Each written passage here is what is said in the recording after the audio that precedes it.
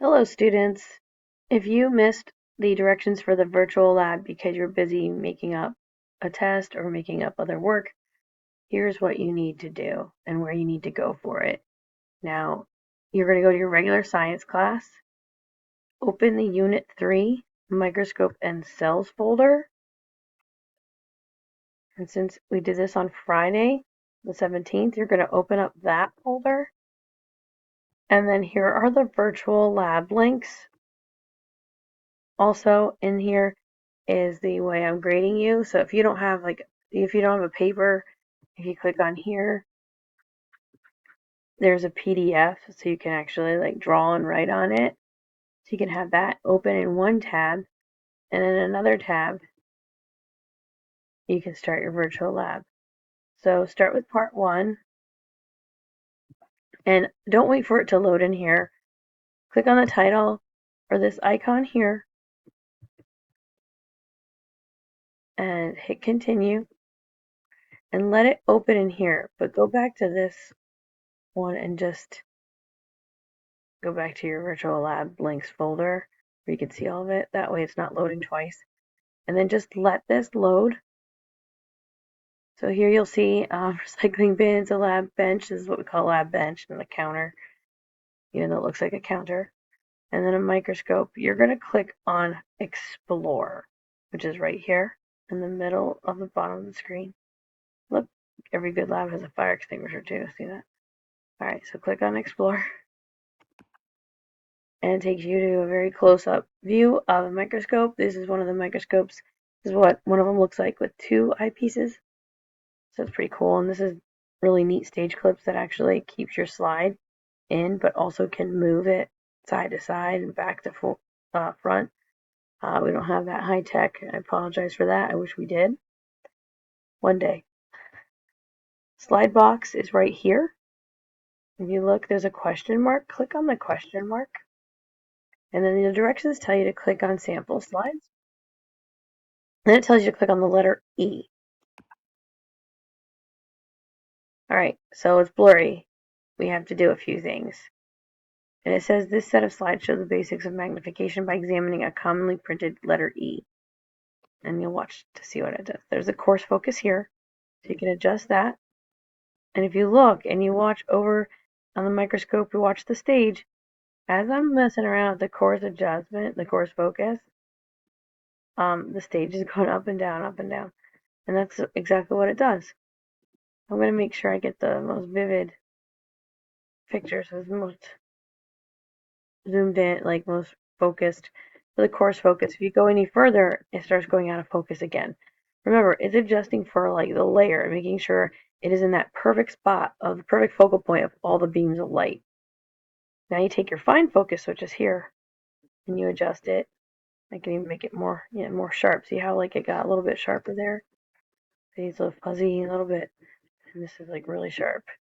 But again, you don't want to go too far. You want to somewhere nice in the middle. And then light adjustment, you don't need it now, but you will. So if you go all the way light adjustment, you can't really see that well. So you don't go very dark. And it's just getting you used to the tools in a virtual setting. And it's 4 times. Now it is an upside down lowercase e. The reason why it's upside down is that because you're using convex lenses and you're using a number of them, it'll magnify it, but it'll also turn the image upside down. It'll also invert the image. So the letter E might be on the slide correctly, but you're going to see it upside down. Now, probably to avoid this, you can take the slide, reverse it, but you can't do it in here in the virtual lab. You can't just jump to 100.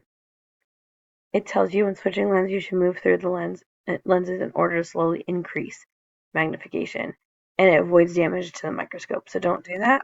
You want to go to the 10 times. And when you do that, you see more of a close-up view. You have to answer question 1 on your lab sheet, and there's just one line to write your answer.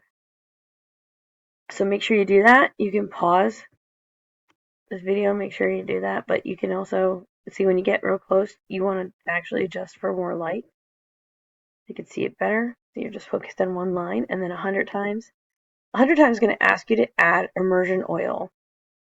Every time you use the 100 times lens, you're going to add this immersion oil. So find the question mark. There's your immersion oil. You just have to click the question mark and it adds it for you. You can see that it needs to adjust light once again. And then just answer your question, and then when you're done, click on remove slide. Now it tells you to click on lens paper. Now they do this. There's two things to click on, and they do this to fool you. So I'm going to click on here and watch what you get. Those are chem wipes. You're not allowed to use those to clean microscope lenses. You're not allowed to use that to clean the lenses. Why are they there? To clean the base, to clean the arm, to clean the stage, not the lens in the stage, not the opening of the stage. So don't clean those. You can clean like anything around there in case you get stuff on it. The only time you should use it. Lens paper right here. I'm going to click here, wipe it down. Yay. And then you're going to go back to the slide box, which is not here. Those are light switches. Right here, the question mark again. And you're going to click on human. And you're going to find the blood slide. And you're going to do the same thing, except you can't see anything right now, right? So you got to get that coarse focus. There you go. These are all red blood cells. You want to use the fine focus a little bit. Even the fine focus moves the stage a little. And then light adjustment, you can make it really light, but it's not good to see. I'm going to do it like that. And then again, go to 10 times. You want to focus it. See these darker shades here? That's abnormal. We're going to find out what that is. And this is the purpose of looking at a human blood. This is what like a medical technologist will do in the hospital. After they get a sample sent down to the lab, they're going to look at blood and it's going to look like this. Except that they start seeing things like this, because they're going to stain the slide. If they see something like that, that means it's like a darker stained image. And you only use one type of stain, so something's up there.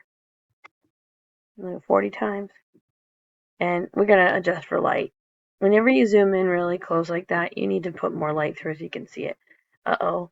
So these are all red blood cells. Look, these two are actually going through mitosis, something about cell division. You can tell they're clumping up because they probably just created a red blood cell. But this one right here is very concerning. I'm going to go to 100 times so we can see this one up close. So because it's more in the center, we go to 100 times. Again, we're going to add immersion oil. And then here you go. And you can see it up close. I explained to the students yesterday that this is an infection. This person probably was somewhere near the Mediterranean Sea, southern Europe, like southern Italy, southern Greece, southern Spain, southern France, Portugal, or northern Africa, or even western Turkey that borders, anything that borders that Mediterranean Sea. Israel, there's a fly, there's a mosquito that can bite you that carries something called malaria. And this is malaria. So this is definitely definitely a disease. So you can actually say, hey, this is malaria. Malaria affects red blood cells. All right. I'm just going to remove slide, and that's all you have to do for part 1. You have to draw what you saw. Okay? Oh yeah, remember to use the lens paper. And then you can go back to main, but it'll take you into like the slide box. You can look at plant size. Was this something else? For people who are absent, for on Monday, they can actually use this website to look at the slides, and you're going to see something like this on Monday. It's really cool. Really cool. I love it. I can't wait to teach you guys this. This is my favorite thing about science, is to get to see this stuff up close. So these are actually chromosomes. All right, so you can poke around in that. Feel free to do that. Of course, you always got to follow the directions. So I won't let you do anything unless you take care of your microscope in between. So, a microscope is a very expensive piece of equipment. You want to take care of it. Right, you don't have to go there. You can go back to the virtual lab.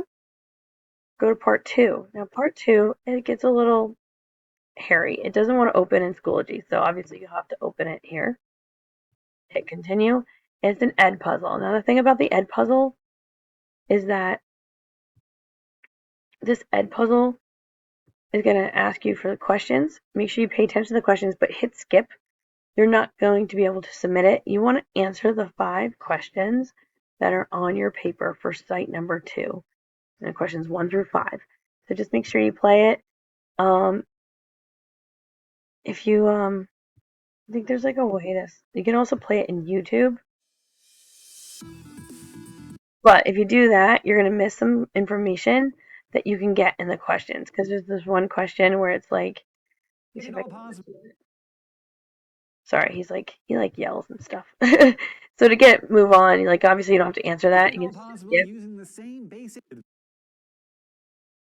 So this one, I'll tell you that.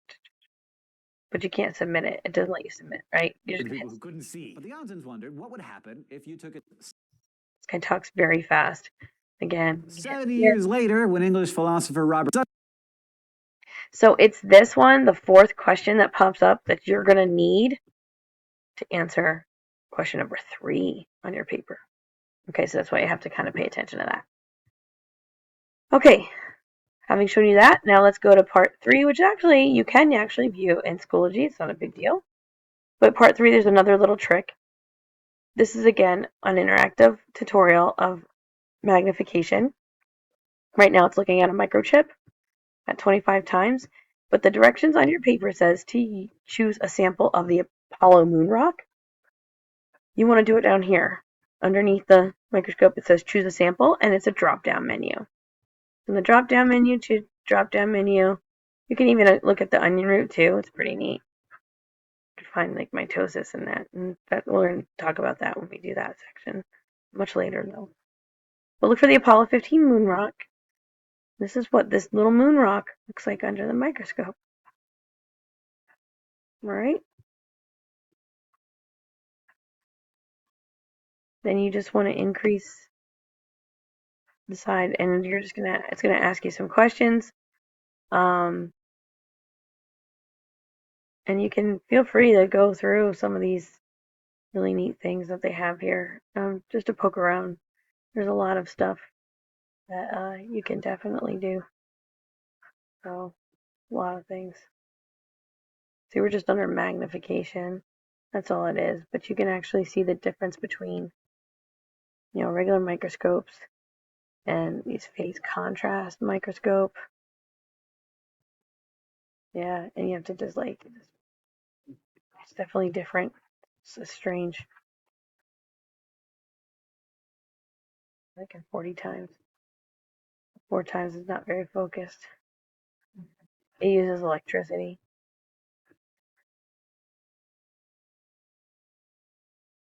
I don't know much about that one.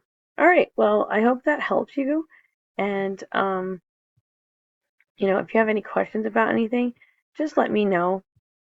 And hopefully you guys will be successful in your virtual microscope lab. And I hope this helps you.